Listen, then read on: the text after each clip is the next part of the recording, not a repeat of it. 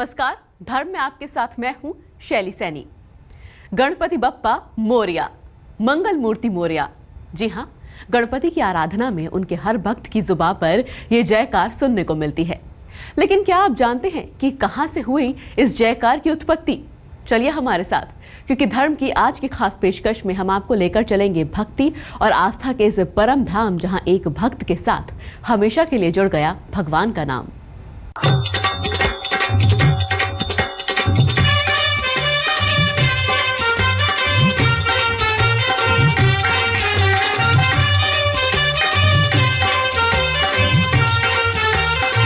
गणपति बप्पा मोरया, मंगल मूर्ति मोरया। गणपति की आराधना के लिए बप्पा के भक्तों की जुबान से गणपति बप्पा मोरया, मंगल मूर्ति मोरया का जयकारा हमेशा ही सुनाई देता है। कई बार आपने भी ये जयकारा लगाया होगा, लेकिन क्या कभी आपने ये सोचा है कि आखिर ये जयकारा क्यों लगाते हैं? कहां से इस जयकारे की उत्पत्ति हुई? गणपति के इस जयकारे के बारे में बताने के लिए हम आपको सीधे ले चलते हैं महाराष्ट्र के पुणे। यहां पहुंचकर आप बखूबी ये समझ जाएंगे कि आखिर क्यों लोग गणपति बप्पा मोरया और मंगल मूर्ति मोरया का जयकारा लगाते हैं। देश और दुनिया भर में गणपति के भक्त उनका स्वागत गणपति बाप्पा मोरया ये कहकर करते हैं, ये तो सभी जानते हैं। लेकिन शायद ही कोई ये जानता हो कि गणपति बाप्पा मोरया ये कहने का रिवाज कहाँ से शुरू हुआ। यही वो मोरया गोसावी जी का मंदिर है जहाँ से शुरू हुई गणपति बाप्पा मोरया, मंगल मूर्ति मोरया कहने की प्रथा।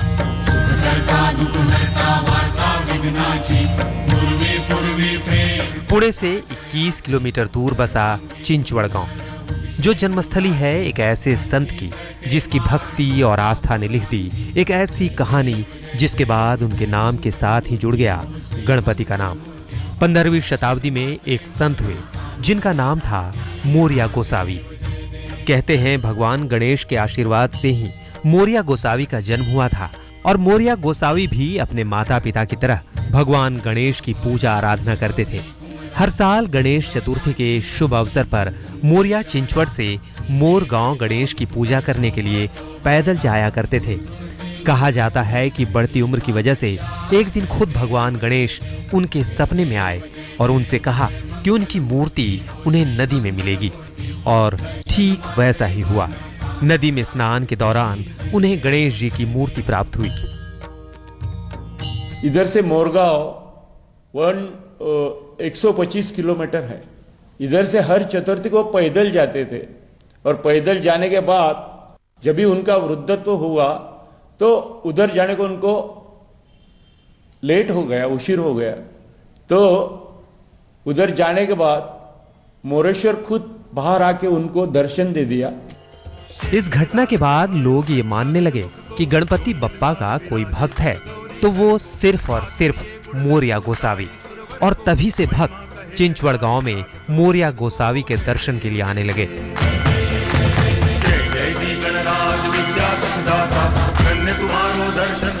कहते हैं भक्त गोसावी जी के पैर छूकर मोरया कहते, और संत मोरया अपने भक्तों से मंगल मूर्ति कहते, और फिर ऐसे शुरुआत हुई मंगल मूर्ति मोरया की। जाने के बाद सुबह उनके हाथ में ये मंगल मूर्ति वाड़ा की मूर्ति आ गई। लोग उनको मोरया कहते थे। मूर्ति आने के बाद मंगल मूर्ति ऐसे होने की प्रथा हो गई, और तभी से गणेश जी के कौन सी इस उपास में मंगल मूर्ति मोरया ऐसा आवाज दिया जाता है, और वो बहुत पॉपुलर है। जो जयकारा पुणे के पास चिंचवड़ गांव से शुरू हुआ, वो जयकारा आज गणपति बप्पा के हर भक्त के जुबान पर है। लेकिन जहां तक गणपति पूजा के सार्वजनिक आयोजन का सवाल है, तो इसकी शुरुआत स्वतंत्रता सेनानी बाल गंगाधर लोकमान्य तिलक ने की थी।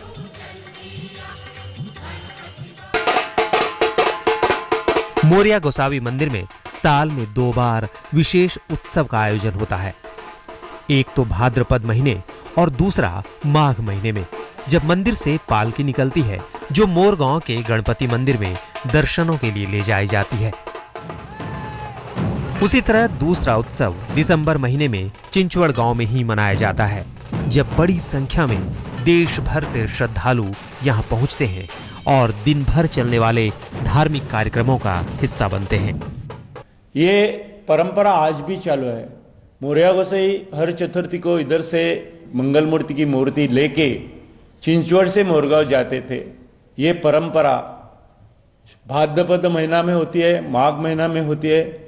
ये 2 टाइम इधर से पालखी से लोग, जैसी पंढरपुर की, ज्ञानेश्वर की, तुकाराम की यात्रा चलती है, वारी कहते हैं, ये मोरगांव को ऐसा गणेश जो उसको भी मोरगांव की वारी बोलते हैं।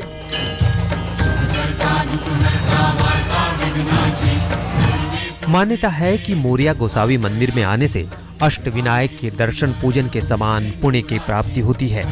इस मंदिर में न केवल बप्पा का ये अद्भुत रूप विराजमान है, बल्कि बप्पा के परम मोरिया गोसावी के साथ साथ उनके 8 वंशजों की समाधि भी है, जो गणपति के प्रति उनकी आस्था की कहानी सुनाती है।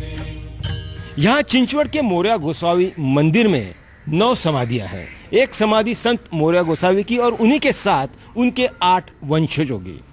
भक्तों को विश्वास है कि यहाँ आकर दर्शन करना, माथा टेकना अष्टविनायक की यात्रा करने के समान है। कैमरामैन गोपाल हरने और समीर शेख के साथ पंकज खेलकर, पुणे, आज तक। क्या आम और क्या खास, मोरिया गोसावी मंदिर में हर भक्त की आस्था है, तभी तो देश भर से श्रद्धालु यहाँ बप्पा संग उनके परम भक्त गोसावी जी के दर्शनों के लिए आते हैं।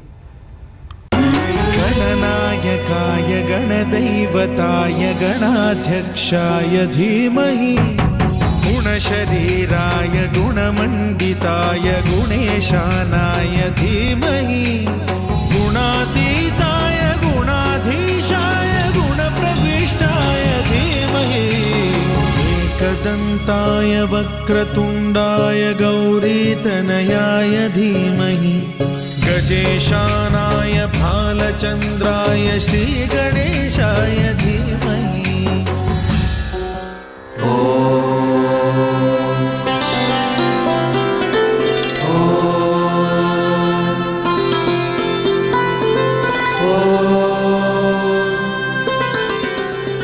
पुणे के चिंचवड़ गांव के मोरिया गोसावी मंदिर में हर रोज हजारों भक्त गणेश जी और मोरिया गोसावी के दर्शन के लिए आते हैं।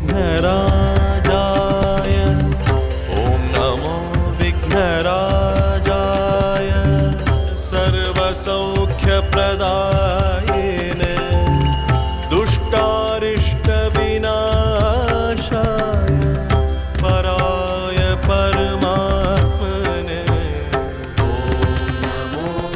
ऐसी ही एक भक्त हैं बॉलीवुड एक्ट्रेस राजश्री देशपांडे, जो मुंबई से पुणे आती हैं मोरिया गोसावी मंदिर में माथा टेकने। बोदरं महावीर्यं नागयज्ञोपशोभितम्। बॉलीवुड एक्ट्रेस राजश्री पांडे का इस मंदिर पर अटूट विश्वास है। उनका कहना है कि उनकी हर मनोकामना इस मंदिर में आने से पूरी होती है और इसी विश्वास के साथ वो मुंबई से पुणे इसी मंदिर में भगवान गणेश और मोरिया गोसावी की पूजा करने के लिए आती हैं। बहुत बार ऐसे लगता है कि मैं काम करती हूँ, छोटी सी मेरे घर में इतनी छोटी मूर्ति है, तो मैं उनको लेती हूँ और मैं गले लगाती हूँ उनको।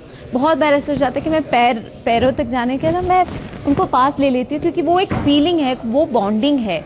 वही एक बॉन्डिंग मोरिया जी के पास भी थी, कि जो एक बॉन्डिंग थी उनकी वजह से गणपति जी खुद उन्होंने ही ये कहा कि तुम मेरे पास मत आओ, मैं ही आ जाता हूँ।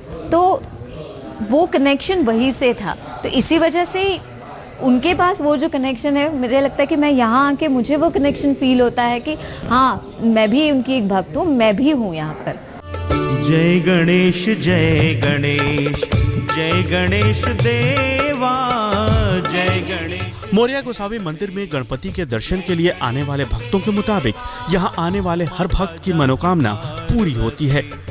भक्तों का कहना है कि गणपति बाप्पा ने मोरिया गोसावी को वरदान दिया था कि अनंत काल तक मोरिया का नाम गणपति के नाम से जुड़ा रहेगा, और शायद यही वजह है कि लोग गणपति के साथ मोरिया का नाम भी जोड़कर जयकारा लगाते हैं। जय गणेश जय गणेश जय गणेश देवा जय गणेश। पूरे महाराष्ट्र के अलग अलग इलाकों से भक्त पुणे के चिंचवड़ में मोरया गोसावी मंदिर में माथा टेकने आते हैं। यहाँ भक्तों का तांता लगा रहता है। यहाँ आने वाला हर भक्त यही चाहता है कि उसे मनवांछित फल की प्राप्ति हो। तभी तो यहाँ साल भर में 2 बार गणेश पूजा के लिए भारी संख्या में भीड़ इकट्ठा होती है। पंकज खेलकर, पुणे, आज तक। मात्र 7 बुधवार की पूजा से आपको मिल सकता है खुशियों का वरदान। तमाम संकटों से मिल सकता है हमेशा के लिए छुटकारा। और ये चमत्कार दिखता है गुलाबी नगर जयपुर में, जहां नहर गणेश के दरबार अगर आपने पूजा कर ली तो बाप्पा लगा देंगे आपके जीवन की नैया को पार। जय गणेश जय गणेश, जय गणेश देवा।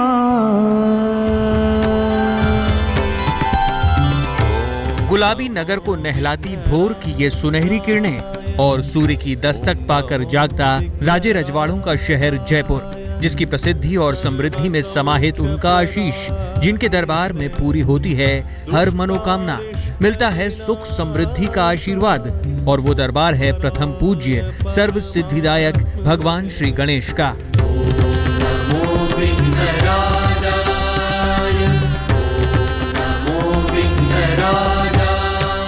जयपुर में नाहरगढ़ की सुंदर पहाड़ियों के बीच अति प्राचीन मंदिर में विराजते हैं बाप्पा और कहलाते हैं नहर वाले श्री गणेश जी। नहर के श्री गणेश जी का मंदिर राजस्थान के सबसे प्राचीन मंदिरों में से एक है। कहते हैं श्री गणेश का जो स्वरूप इस मंदिर में विराजमान है, स्वयं श्री गणेश ने अपनी आराधना के दौरान इस स्वरूप को बताया था। जयपुर शहर में स्थित नहर श्री गणेश के मंदिर में हजारों श्रद्धालु अपनी सुख समृद्धि की आस लेकर आते हैं और संतोष से भरा हृदय लेकर जाते हैं। सोने चांदी के सुंदर पत्रों से सुशोभित इस मंदिर में विराजित नहर गणेश की यह विशाल प्रतिमा कभी जयपुर के जंगलों में नहरों के बीच हुआ करती थी। अब नहर तो नहीं बची, लेकिन नहर वाले गणपति के नाम से इस मंदिर की महिमा दूर दूर तक फैल गई। मान्यता है कि इस मंदिर में सुशोभित बाप्पा की प्रतिमा सबसे अलग है, क्योंकि इस प्रतिमा को सिद्धि विनायक का स्वरूप माना जाता है, जिसमें बाप्पा का मुख दक्षिणाभिमुख है, वहीं उनकी सूंड भी दक्षिणावर्ती है। आमतौर पर गणपति की प्रतिमा में ऐसा संयोग विरले ही देखने को मिलता है। कहते हैं अगर यात्रा प्रारंभ करने के दौरान गणपति के ऐसे रूप के दर्शन कर लिए जाएं, तो यात्रा के पूर्ण होने का आशीर्वाद दे देते हैं बाप्पा। सर्वप्रथम विशेषता जो मैं आपको बताना चाहता हूँ, वो गणपति के यहाँ पे ये विशेषता है कि गणपति दक्षिणावर्ती शुंड है और दक्षिणाभिमुख है। ये जो समावेश है दक्षिणावर्ती शुंड और दक्षिणाभिमुख, ये बहुत ही कम देखने को मिलता है। और गणेश पुराण में ये उक्ति वहाँ पे उद्धृत है कि अगर हम कहीं यात्रा में भी जा रहे हैं और अगर ऐसे गणपति का मंदिर है और उसको उल्लंघन करके हम यात्रा कर रहे हैं, तो उसकी सफलता नहीं होगी उस यात्रा की। तो उन गणपति के दर्शन करना अनिवार्य है। लगभग पौने 200 साल पुराने इस मंदिर में विराजित गजानन की विशाल प्रतिमा के दोनों ओर गुप्त रूप से उनकी दोनों पत्नियां रिद्धि और सिद्धि विराजमान हैं और आगे हैं उनकी सवारी मूषक। मान्यता है कि इनके आगे आकर अगर अनायास ही कोई मनोकामना मन में आ जाए तो वो भी सहज ही पूरी हो जाती है। नहर श्री गणेश के एक हाथ में शस्त्र है तो दूसरा हाथ खुला हुआ रहता है, यानी अगर वो भक्तों को आशीर्वाद देते हैं तो बुरे लोगों का संहार भी करते हैं। यदि कोई बुरा विचार लेकर मंदिर में प्रवेश करेगा तो उसका अनिष्ट निश्चित है। प्रच्छन्न रूप से, गुप्त रूप से रिद्धि और सिद्धि का समन्वय। सिद्धि के रूप में आप देखेंगे दाएं हाथ में रुद्राक्ष की माला और रिद्धि के रूप में मोदक वाम हस्त में। आप ऊपर देखेंगे तो 4 भुजाएं हैं, तो दोनों जो ऊपर की भुजाएं हैं उनमें अंकुश परशु की हैं। कहते हैं रिद्धि सिद्धि की कामना के साथ जो भी भक्त यहाँ आकर एक बार दर्शन पूजन कर लेता है, उसके जीवन से दुखों का अंधेरा छंट जाता है।